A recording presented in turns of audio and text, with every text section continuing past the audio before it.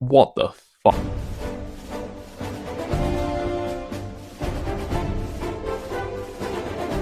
Alright, so let's just address the elephant in the room before I properly tackle the gameplay and the actual game itself. The character designs for the main characters, alright, they're not great. I'm lovingly referring to Fox as Taxidermy Fox because that is basically what he looks like to me, but as you play through the game, you do get used to it.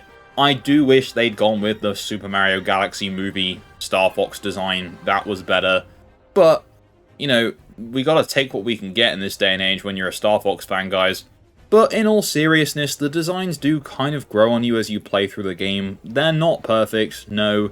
Some of them are better than others. Slippy is alright, but Fox and Falco especially kind of look a bit uncanny valley to me.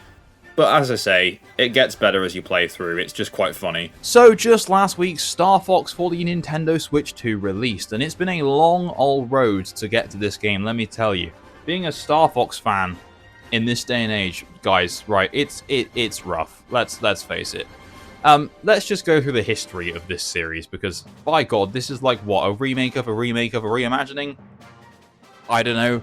So, Star Fox 64 was supposedly a reimagining of the original Star Fox for the SNES, and then of course you had Star Fox 64 3D for the 3DS, which was a remake of, well, Star Fox 64. Then a few years after that we got Star Fox Zero for the Wii U, which in turn was a reimagining of Star Fox 64 with similar storylines. And now here we have, of course, Star Fox 2026, a full modern remake of Star Fox 64. So we're going to answer the question today, is it good? And more importantly, is it worth your money? So if you played Star Fox 64 back in the day, or the 3DS version, well, the basic story here is exactly what you'd expect. The Lylat system is in danger, evil Dr. Andros is causing chaos, General Pepper calls in the Star Fox team, so on and so forth. It's simple, it's clean, it does the job. This Switch 2 version does add a new prologue cutscene which gives a little more weight to the backstory involving James McCloud, which is, you know, Fox's father, and his betrayal by Pigma. Pigma balls. That is a smart addition, because even though Star Fox has always had this emotional thread running through it, the original game didn't really spend any time developing it. So the new opening gives the whole adventure just a little bit more context, and that context does go quite a long way.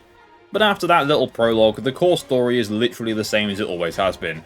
You travel from planet to planet, choosing routes across the Lylat system, fighting Andros' army, helping allies, taking down bosses, and eventually making your way to Venom for the final confrontation.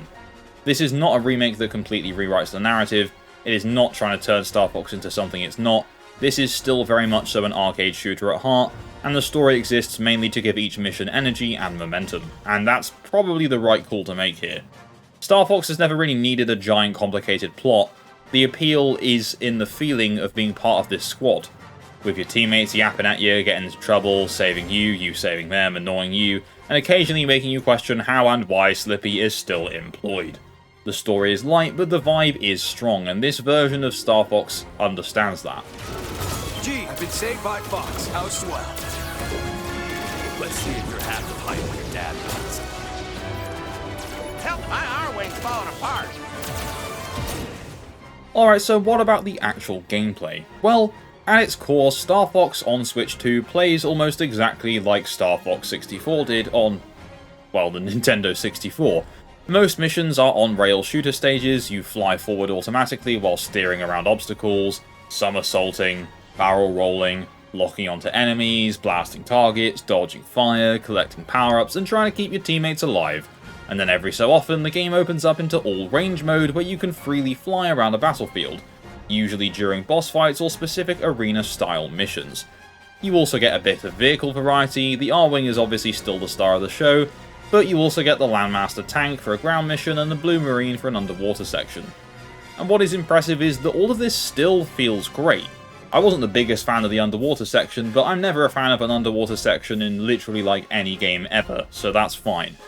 The R-Wing is snappy and responsive, boosting, braking, somersaulting, rolling. Everything feels incredibly satisfying still. It's still one of the cleanest arcade flight systems that Nintendo's made. The Landmaster has that chunky heavy feel it should have, it's not as elegant as the R-Wing, but obviously that's the point, it's a giant bloody tank. You're not dancing through space in the air, you are rumbling across enemy territory, blasting a train. And the Blue Marine, which as I say has never really been my favourite, it still works better than it probably should do. Underwater sections in games are literally my worst nightmare, but at least here the slightly slower pace and the torpedo-based combat are a slightly nice change of rhythm from the other two vehicles. Now obviously the campaign itself is still short. It was short back in the 90s and it's short now. A normal run through the game will take like an hour depending on the route and skill level, and that may sound tiny compared to modern games, but Star Fox was not designed around one long playthrough. It's designed around repetition and changing your route. You're meant to play again, you're meant to take a different route and chase higher scores and go back and figure out how to unlock the harder paths, and that structure, weirdly enough, still works really nicely today, and I thought it wouldn't, but it does. In fact, it might even work better than it did, because modern games are often so massive and demanding.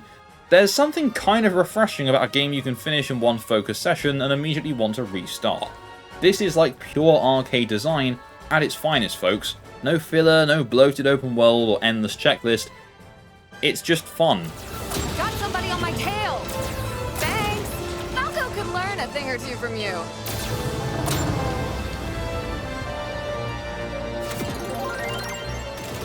Aim for the water wheel! One of the biggest reasons that Star Fox 64 lasted as long as it did was the route system. You don't just move through a fixed level list, so depending on your performance and certain objectives, you can branch off into different missions. Some routes are easier, some are harder, and some require you to pull off specific tasks mid-stage. That is still here, but thankfully this remaster makes it much easier to actually understand. You don't need to buy a guide anymore. The updated map now tells you what you need to do to access certain routes, and that is definitely a massive quality of life improvement, especially for new players. Back in the day, don't get me wrong, I'm sure discovering alternate paths felt mysterious, and that was part of the fun, but it could also be kind of frustrating and confusing. Because you know there is another route, but you don't know how exactly it got triggered. Did you miss an enemy? Did you fail to save someone? Did you fly through the wrong arch? Were you just being hated on by Falco? Who knows?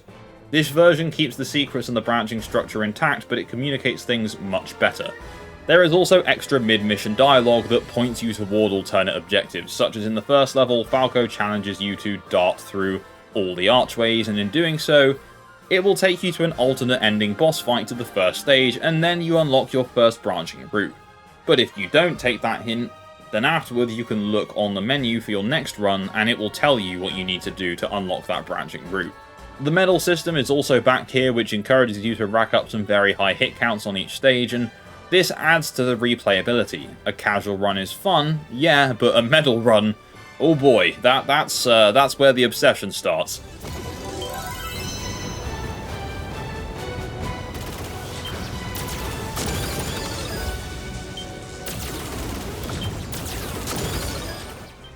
Okay, so let's talk about the biggest upgrade in this remake. The visuals. By God, this game looks fantastic. And not just good for a remake fantastic, it genuinely looks like one of the most impressive showcases for the Switch 2 so far.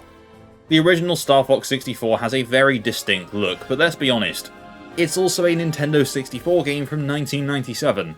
The shapes are simple, the environments are sparse, and the textures are quite basic, and a lot of the visual imagination had to be filled in by your brain.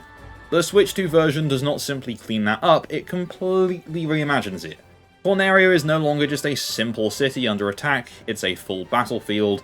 There's smoke, fire, destruction, debris, and a real sense that Andross's forces are tearing through the planet. Pachina feels cold and hostile with snow effects that make the environment feel more alive. Solar is spectacular with the heat and glow of the star lighting up the R-Wing as you skim across the surface. Every stage basically has been rebuilt with so much care, and what matters is that whilst looking fantastic, it doesn't interfere with the classic gameplay. The layout is still familiar, the enemy placement is still familiar. The mission objectives, guys, they're still familiar. If you know where something was in the original, chances are it's still there or very close, and that's a difficult balance to strike. A lot of remakes either change too much and lose the feel of the original, or they change too little and feel like a basic texture pack. This, to me, lands in a really strong middle ground. It keeps the gameplay structure intact, but it makes the world feel so much richer. The Lilat system finally looks as exciting as it felt in my imagination back in the early 2000s when I first played the game as a kid. The character models, yeah, they're here too. They're definitely divisive, but, you know, they look like animals. Fox looks like a fox, so it's not wrong. The audio has also had a major upgrade. The orchestral music sounds bigger, cleaner, and more cinematic, while still respecting the original compositions. The sound effects have more punch, explosions feel heavier, boosting feels better, weapons have more impact, but the real test was always going to be the voice acting. Star Fox 64 has some of the most memorable voice lines, basically in gaming history, you know, do a barrel roll. Not necessarily because the original performances were, like, perfect, but because they were so full of personality. People remember these lines and quote them, and they're burned into gaming culture. So replacing or re-recording that dialogue is, you know, it's kind of dangerous. If you get it wrong, fans notice immediately. But thankfully, the new voice work is actually strong. Watch the sky!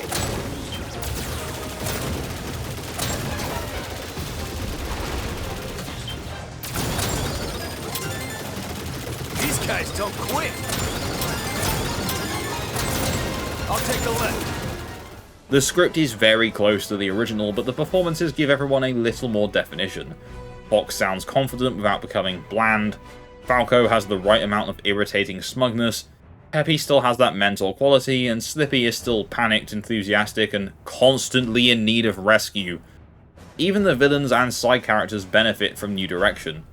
Star Wolf in particular comes across really well. Their rivalry with Star Fox has more bite, and some characters who were previously just goofy or forgettable now have much clearer personalities. The game also uses new cutscenes between missions, and these are one of the better additions. They're not, like, long, but they give the story room to breathe.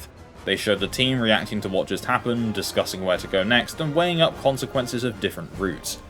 It might sound minor, but it actually really does add a lot. In the original game, the mission selection was mostly just a mechanical thing that you did. Here, the characters actually respond to those choices. The game makes it feel like you're making decisions in a war effort, not just picking some pictures on a map. It also helps the team feel a bit more three-dimensional. Falco's gradual shift throughout the playthrough from sarcastic rival energy to genuine respect for Fox comes through much better. Slippy gets more moments beyond just being the irritating teammate that constantly needs help. And especially with the help of that prologue, Peppy feels more like a seasoned pilot carrying old memories of James McCloud. It's still not a deep narrative, but it's a much more complete version of the story, and for Star Fox that is definitely enough.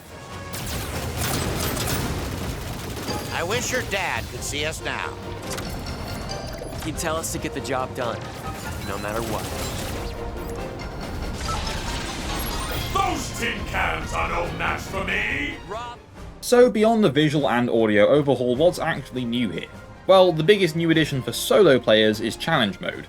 It lets you replay individual stages with specific objectives, where instead of simply just trying to get the highest score, you might be asked to complete a level within a certain time, defeat specific enemies, protect certain allies, or complete special tasks.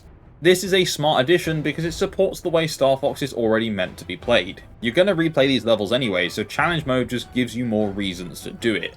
And once you clear all the challenges on a stage, you unlock tougher expert variants, which pushes you to try even harder. Is this a massive new campaign? Well, obviously not. But it is a good replay feature and gives returning players something structured to chase. You know, and that matters, because one of the only criticisms I guess that I could give this game is the fact that it's still the same campaign, the same planets, the same general flow, the same core story. So Challenge Mode definitely helps, and obviously it doesn't completely solve that issue, but it helps. Personally, I do wish there was a little more new story content. A playable prologue with James McCloud would have been amazing, a short Star Wolf side campaign would have been even better, or even a small bonus chapter teasing the future of the series could have gone a long way, because let's face it, Star Fox fans have been waiting a long ass time for something truly new, and while this remaster is very, very good, it also reminds you how badly this series deserves a proper new entry, and this could have been the perfect place to include a small taste of that. Instead, the game plays things, you know, quite safe. Well, very safe, actually, and whether that bothers you will depend on what you want from this package. If you want the best version of Star Fox 64, then hell yeah, this delivers. If you want a new Star Fox adventure, well, look somewhere else, because this ain't it. So before I finish up, I'll just quickly acknowledge that there is also now some cool multiplayer modes. you know, I was quite surprised to see that there's online multiplayer. Star Fox has had multiplayer in some form, but it has rarely been the main reason to show up. But here, the online mode looks to be genuinely quite fun. I won't go into it too much because I haven't really played it, but it's nice to see that there's a bunch of unlockables like tags and profile backgrounds and stuff like that. It feels kind of, well, very modernized. You know, for Nintendo to get an online multiplayer section right, that's quite rare, guys. Anyway, outside of that, they've also included a local co-op mode where you have one Joy-Con each. So one player holds the Joy-Con horizontally and pilots the R-Wing, and the other player has to use mouse controls with their Joy-Con and shoot. What the f***? That's so fun. What a cool idea. Again, I've not been able to test it yet, but what a cool idea. So let's answer the questions. Is the game good, and is it worth your money? So yes, the game is absolutely very good. It's Star Fox 64 with a very fresh, nice looking coat of paint and some quality of life improvements. Could it have been better?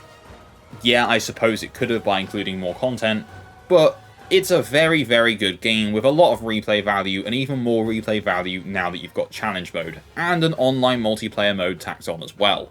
Now, Nintendo's kind of gone with a new pricing strategy after the absolute disaster of pricing Mario Tennis Fever at like 70 British pounds. This game, to buy physically, is $49.99 from pretty much every retailer, or if you buy it digitally from Nintendo, it's only $41.99. I know I say only, but for a big new game like this, that seems like a really good price. So yeah, I would say it's worth your money. I'm glad I got the physical edition because, you know, long live physical, but if you did want to save a few quid and pick it up digitally on your Switch, and, you know, fair play, save money and all that.